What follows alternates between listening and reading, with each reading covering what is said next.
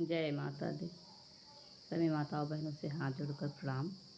मैं आप सभी को एक बहुत ही प्यारा बेटा विवाह गीत सुनाऊंगी। बहुत ही सुंदर गीत है, आप लोग सुनिए और अपना प्यार दुलार आशीर्वाद मुझे भी दीजिए। जय श्री राम। कैसा लगे यह गीत आप लोग कमेंट करके ज़रूर से ज़रूर बताइएगा। जय श्री राम।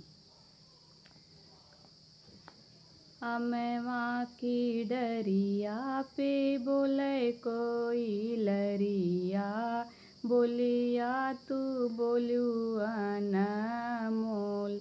अमवा की डरिया पे बोले कोई लरिया, बोलिया तू बोलू अनमोल जी।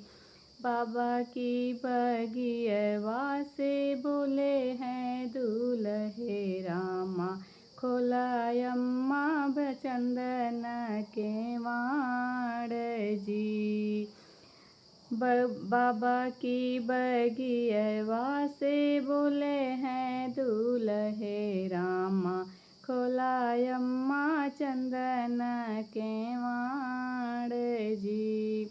अपने दुअरवा से बोले हैं दूल्हे रामा, खोलायम्मा चंदन के वाड़ जी। दुअरे से बोलाई दुल्हे दुलरुआ, खोलायम्मा चंदन के वाड़ जी। कैसे कै खोली बेटा बजर केवड़िया, कहाँ बिताया सारी रात जी। कैसे कै खोली बेटा बजर केवड़िया, कहाँ बिताया सारी रात जी। कहाँ बिताया बेटा ठीक दोपहरिया, कहाँ भइल भिनुसार जी। बाबा की बगिवा अम्मा मार खाए, रतिया बिताए ससुरार जी। बाबा की बगिवा अम्मा मार खाए, रतिया बिताए ससुरार जी। कैसे क चिन्हा बेटा सग सरहजिया, कैसे क चिन्हा सग सासू जी। कैसे क चिन्हा बेटा अपनी रानियवा, जेका देखी जियरा जुड़ाई जी। मड़े में चिन्हे अम्मा सग सरहजिया, कोहो बरमा चिन्हे सग सासू जी।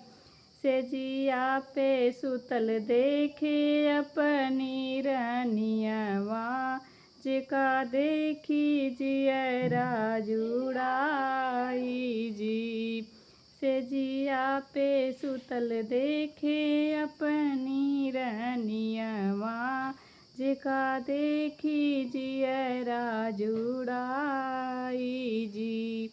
अपनी रानिवा अम्मा चित से न उतरे, कह दे तू ले इत बोलाई जी।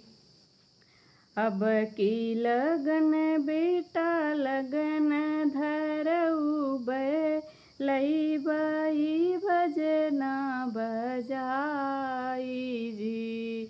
अब की लगन बेटा लगन धरउबे, लईबे भजना बजाई जी।